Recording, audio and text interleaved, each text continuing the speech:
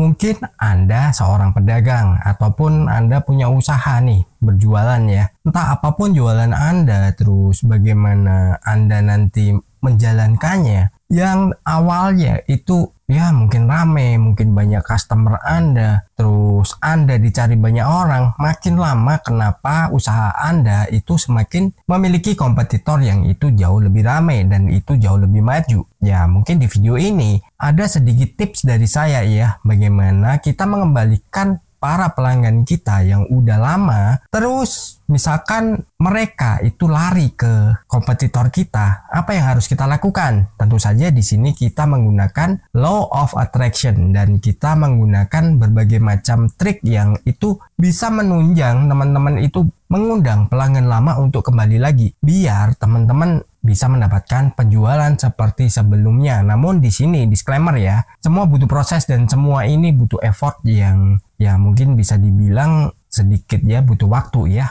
Apa kabar sahabat debat? Tentunya selalu dalam berkelimpahan dan keharmonisan ya. Ada yang request nih bagaimana caranya biar pelanggan lamanya bisa kembali dan menjadi pelanggan yang loyal kepada Anda. Nah, dari situ kita pengen membahas nih beberapa hal yang perlu dipelajari biar teman-teman yang melakukan usaha berdagang itu bisa mendapatkan customernya kembali. Ini berlaku juga untuk yang Anda usahanya di bidang jasa ya. Dari sini saya akan membagikan beberapa tips yang itu bisa diterapkan dengan law of attraction dan diimbangi dengan bagaimana Anda melakukan perombakan atau perubahan dalam sisi toko Anda, sisi marketing Anda, ataupun ya strategi-strategi lain yang bisa Anda gunakan untuk mengundang customer lama Anda kembali menjadi customer tetap Anda. Dan kita mulai di poin pertama. Pelayanan pelanggan yang luar biasa. Pastikan Anda memberikan layanan yang ramah, profesional, dan responsif. Tanggapi pertanyaan atau keluhan pelanggan dengan cepat dan efisien.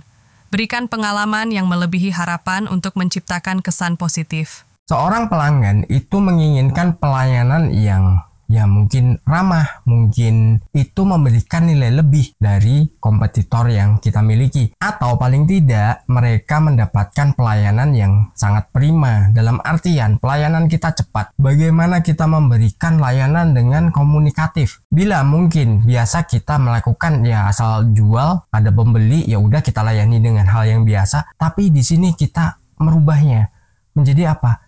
Kita lebih komunikatif, kita bawa sesuatu yang kekeluargaan. Jadi kita membangun sebuah keakraban, terus kita juga melakukan komunikasi yang itu sangat menarik, mungkin dengan candaan-candaan atau pelayanan kita yang jauh lebih dibanding dengan kompetitor yang ada. Contoh halnya, ada customer nih mau cari deterjen dong. Oh, deterjen yang apa nih? Kita kasih solusi juga, mungkin pakai yang ini aja. Ini produknya itu baru, terus ini produknya memiliki kualitas yang jauh lebih baik, tapi dengan harga yang jauh lebih kompetitif. Harganya di bawah dengan produk yang lainnya. Dan ini mendapatkan bonus, ya mungkin apa yang bisa diberikan. Mungkin belanja 2 dapat piring, ataupun dapat gelas, atau apapun. Sampaikan dengan komunikasi yang itu membuat customer kita nyaman dan merasa, wah ini kok pelayanannya oke, ini pelayanannya bagus. Terus kita juga menjawab pertanyaan-pertanyaan mereka. Mungkin kita tanya dulu, Anda mencuci baju nih, Anda menggunakan sabun apa? Misalkan dia menjawab, oh dengan sabun A, hasilnya bagaimana? Wah hasilnya begini. Aku kurang puas. Terus bagaimana nih caranya biar ini jauh lebih baik? Oh, itu kita sarankan dengan ini aja. Nah, kita arahkan dengan produk yang kelasnya sama paling enggak. Terus kualitasnya jauh lebih baik dengan harga yang mungkin jauh lebih kompetitif juga. Nah, dari situ apa? Customer merasa mendapatkan sebuah perhatian dan mereka terjawab akan pertanyaan yang selama ini mengganjal dalam dirinya. Atau mungkin gini, kalau misalkan Anda bingung nih cara pakainya, silakan nanti hubungi kami nih, ini nomor WA kami. Anda bisa menghubungi, nanti bisa konsultasi dulu, dan nanti kita akan berikan panduannya bagaimana cara menggunakannya dengan baik. Pokoknya berikan pengalaman yang itu jauh lebih maju lagi atau itu jauh memberikan solusi dibanding dengan kompetitor kita. Jadi ketika kita udah memberikan solusi kepada customer kita, maka apa? Mereka itu justru akan semakin banyak atau mereka akan semakin puas dengan layanan kita. Ketika kita udah memberikan layanan, kita memberikan solusi, mereka akan condong memberitahu teman-temannya. Dan ketika mereka sudah memberitahu teman-temannya, itu terjadi yang namanya word of mouth. Ini metode yang sangat ampuh sekali untuk apa? Untuk menambah atau menggait customer baru. Karena apa? Karena orang yang memberitahu itu adalah orang yang sudah berpengalaman dan dirinya memiliki pengalaman dengan kita. Dan mereka secara nggak sadar menjadi marketing kita. Nah, keren banget itu kan? Dan kita lanjut di poin kedua. Program loyalitas yang menarik. Implementasikan program yang menarik dan memberikan nilai tambah bagi pelanggan. Berikan keuntungan khusus untuk pembelian berulang. Rancang program yang memberikan keuntungan jangka panjang untuk mendorong pelanggan kembali. Nah, selain itu, kita juga bisa bekerja sama dengan mungkin supplier kita ataupun distributor kita. Ada program apa nih? Oh, ada program nih, bonusnya ini karena kita ada produk baru, kita kasih sampel. Nah, jadikan itu sebuah bonus. Misalkan nih, ada customer Anda datang, saya mau beli deterjen A. Mau beli berapa? Mau beli 10. Tambah 1 lagi, nanti dapat bonus nih. Bonusnya ini. Nah, ketika itu sudah terjadi, maka apa? Customer Anda merasa diuntungkan. Ketika dirinya merasa untung ataupun yang customer datang itu dia untuk dijual kembali, Anda bisa memberikan sebuah keuntungan yang itu mungkin Anda merelakan dulu ya. Mungkin kalau nggak ada bonus dari supplier ataupun distributor, Anda bisa menambahkan bonus sendiri. Mungkin Anda bisa menambahkan nih, beli 10 gratis sabun cuci piring nih. Nah, seperti itu. Jadi ketika Anda sudah melakukannya, Anda nanti akan semakin diingat. Karena apa? Oh, belanja di sana lebih untung karena aku bisa mendapatkan bonus dan aku bisa mendapatkan keuntungan ketika ini kujual kembali. Ini ada cerita begini ya. Ada salah satu teman saya yang ini sangat luar biasa banget. Dia ini buka toko spare part dan dirinya itu ada bonus dari distributornya, dari suppliernya. Bonusnya apa? Berupa sendal wanita. Bayangin, produk otomotif yang beli para pria, tapi bonusnya adalah sendal dari para wanita. Nah, dari situ apa? Ketika bonus sendalnya ini banyak banget dikasih ke dia, dia kasih cuma-cuma setiap orang membeli sesuatu dari toko teman saya ini. Nah, ketika itu apa? Orang bakal teringat, beli di sana kok untung. Nah, orang nggak sengaja nih ngecek nih, harga sendalnya berapa? Wah, ternyata lumayan juga ya. Akhirnya apa? Dia ngasih tahu yang lain. Beli di sana nih dapat bonus ini nih, dan bonusnya lumayan juga, dan ini bisa kita gunakan, kita kasih ke istri nih sebagai hadiah. Itu udah memancing. Besok belanja lagi, dapat sendal lagi. Loh, kok begini? Nah, akhirnya apa? Koleksi sendal istrinya banyak, ya kan? Nah, ini cara strategi yang unik banget, dan toko teman saya ini itu sangat luar biasa banget. Toko spare part seumur hidup saya yang saya tahu sebelum dia buka ngantri. Ya, jadi calon pembelinya ini ngantri, itu baru punya teman saya. Kenapa? Selain harganya kompetitif, dia juga berani kasih bonus. Terus layanannya juga ramah. Dan lagi, sudah beberapa tahun, itu bukan hanya sendal tadi aja. Setelah stok sendalnya habis, ternyata ada supplier yang memang dia bisa memberikan bonus juga. Kopi saset. Nah, mungkin sederhana banget ya, cuman kopi saset 2000-an nih, satu bungkus. Tapi effortnya itu jauh lebih gede. Setiap pembelian berapa dapat bonus nih kopi ke customernya. Apalagi seorang pria itu suka yang namanya ngopi. Nah, dari situ berkelanjutan nih, bonusnya ada terus. Sedangkan dia nggak modal untuk bonusnya. Kenapa? Karena udah terjadi negosiasi dengan distributor atau suppliernya. Gue dapat apa nih ambil dari tempat lu nih? Nilai gue ambil sekian, dapat bonus apa? Nah, ketika sudah membagikan tuh bonus, orang semakin lama semakin rame di situ ya.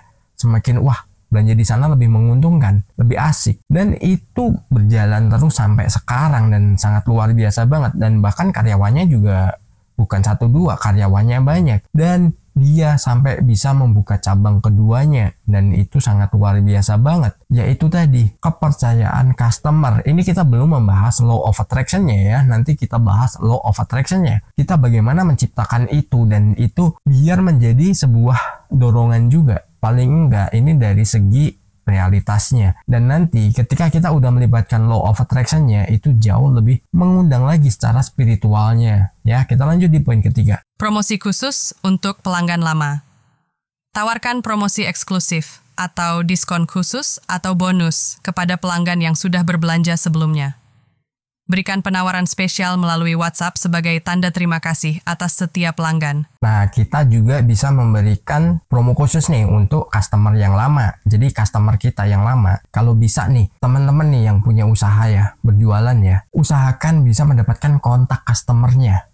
Nah, ketika udah mendapatkan kontak customernya, dengan mudah akan memberikan penawaran-penawaran terbaiknya. Paling nggak, cara sederhana aja, sebelum Anda melakukan penawaran, mungkin Anda bikin form yang itu para customer Anda bisa mengisinya, nomor HP, terus nanti ada ya mungkin tanggal lahirnya juga, ya alamatnya dan lain-lain, terserah teman-teman mau bikinnya gimana, yang jelas dapat kontak sama tanggal lahirnya. Nah, ketika itu apa? Setiap dirinya ulang tahun, Anda bisa broadcast nih, Anda bisa WA nih. Nah, ketika Anda udah WA, ucapkan selamat ulang tahun, beri dia penawaran nih, ada promosi khusus kalau Anda berbelanja hari ini, karena hari ini ulang tahun Anda. Anda bisa mendapatkan bonus. Awal kita memang keluar biaya ya, kalau kita nggak ada support dari supplier atau dari distributor kita. Nah, dari situ paling nggak customer secara psikologis, dirinya itu merasa diperhatikan. Wah, ini toko ini kok ngasih pelayanannya gini ya, sampai ulang tahun aja dikasih ucapan. Seperti halnya nih, ada showroom mobil mewah yang dirinya harganya nggak ada yang ratusan, harganya pasti di atas 1 miliar 2 miliar. Nah, servisnya sama seperti itu, jadi dirinya ngasih ucapan juga ke customernya. Saatnya servis dia ingatkan. Pokoknya sekreativitas kita, bagaimana kita menjalin komunikasi dengan para customer kita yang udah lama. Dari situ mungkin ada promo-promo khusus atau member get member atau bagaimana yang itu teman-teman rasa bukan sesuatu yang menyita keuangan Anda untuk biaya promosi.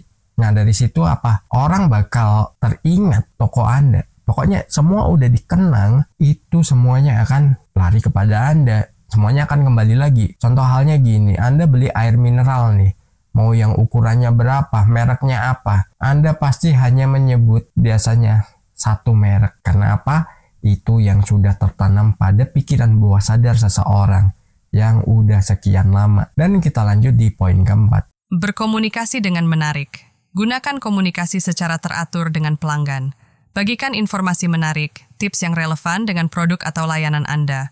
Fokus pada hubungan dan keterlibatan dengan pelanggan. Nyambung dengan poin yang pertama, Anda harus melakukan komunikasi yang menarik. Jadi Anda harus menjalin nih komunikasi. Mungkin Anda bisa memberikan tips ataupun diskusi-diskusi kecil yang itu bisa customer Anda ini merasa diperhatikan dan customer Anda ini merasa Anda juga peduli dengan dia. Ataupun kalau dia ada pertanyaan, dia bisa komunikasi dengan Anda dan Anda memberikan arahannya. Sebenarnya sederhana banget. Misalkan nih Anda berjualan ya mungkin deterjen ya, kita bahas deterjen aja. Anda menjual deterjen dengan merek tertentu yang itu menurut Anda paling rame, Anda cari tipsnya nih. Mungkin di YouTube ataupun di mana Anda cari tipsnya. Misalkan mencuci baju yang kotor dengan deterjen A. Caranya begini-begini. Anda cari itu dan Anda nanti bisa komunikasikan dengan customer Anda. Anda bisa berikan tips nih mungkin dari broadcast WA ataupun Anda bisa menjelaskan ketika mereka datang untuk membeli sesuatu ke tempat Anda. Itu udah menjadi sebuah dorongan yang itu akan membuat Anda jauh lebih diperhatikan lagi dan Anda akan lebih akrab dengan mereka. Ketika orang udah akrab, justru mereka akan ya loyal kepada kita.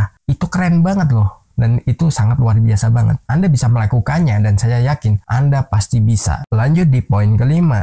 Buat pengalaman belanja yang berkesan. Perbarui tata letak toko Anda untuk memberikan pengalaman belanja yang menyenangkan dan mudah. Tambahkan elemen tambahan seperti ulasan pelanggan, panduan produk. Sediakan opsi pengiriman yang cepat dan aman untuk meningkatkan kepuasan pelanggan. Untuk setting toko Anda juga harus melakukan grouping. Nah, grouping ini gimana? Misalkan deterjen dengan deterjen, pasta gigi dengan pasta gigi, pokoknya yang sejenisnya. Misalkan nanti obat nyamuk, Anda campurnya dengan makanan, kan gak etis juga. Dan Anda bisa melakukannya dengan hal-hal kecil dulu yang terlihat. Misalkan ya udah, dalam etalase Anda bikin groupingnya sendiri-sendiri, terus bikin semenarik mungkin penataan Anda, nggak harus dibentuk-bentuk ya, tapi dibuat secara rapi. Anda juga gunakan sistem FIFO ya. first in first out. Jadi biar customer Anda tidak mendapatkan barang yang mendekati kadaluarsa. Jadi barang yang datangnya lebih awal juga Anda harus keluarkan lebih awal. Jangan sampai numpuk. Ketika Anda nggak melakukan grouping, Anda nggak melakukan seleksi itu, ya Anda acak nih ngasih barang kepada customer, dan ternyata ketika dibawa pulang sampai rumah, waduh, udah kadaluarsa. Toko Anda yang kena dampaknya gimana? Ya orang udah nggak percaya lagi. Loh, ini beli di sana kok udah kadaluarsa. Waduh, jangan-jangan barang yang lain juga sama. Kesannya itulah yang bikin kita dijauhi para customer. Terus lagi, jangan pernah kita meninggalkan toko. Jadi ketika ada customer, biar mereka juga nggak teriak-teriak, manggil-manggil kita, ataupun mereka harus menunggu kita lama. Jadi harus standby dan usahakan kita harus selalu ada dan kita melayani dengan baik dan dengan ramah juga. Lalu dari sini kita akan membahas tentang law of attraction-nya. Anda bisa lakukan visualisasi. Anda rame banget tokonya nih, banyak orang yang ngantri. Jadi jangan seolah-olah, wah toko saya aja biasa, kenapa harus bervisualisasi toko saya rame? Nah, justru kita harus membuat visualisasi bahwa toko kita udah rame atau toko Anda udah rame. Terus lagi, Anda juga harus berdiskusi dengan barang-barang dagangan Anda. Anda bilang, kamu panggil tuanmu ke sini ya untuk membelimu dan membawanya pulang agar kamu juga berfungsi dengan baik untuknya. Nah, seperti itu. Sebelum tidur, kita bayangkan aja omset jualan kita berapa atau keuntungan yang kita dapatkan ketika kita berjualan ini berapa banyak. Itu sah-sah aja, mau toko Anda udah rame ataupun sepi. Lakukan aja itu seperti biasa. Lakukan memang dalam visualisasi itu toko Anda selalu rame dan banyak dibeli oleh para konsumen dan sukses berlimpahan. Thank you.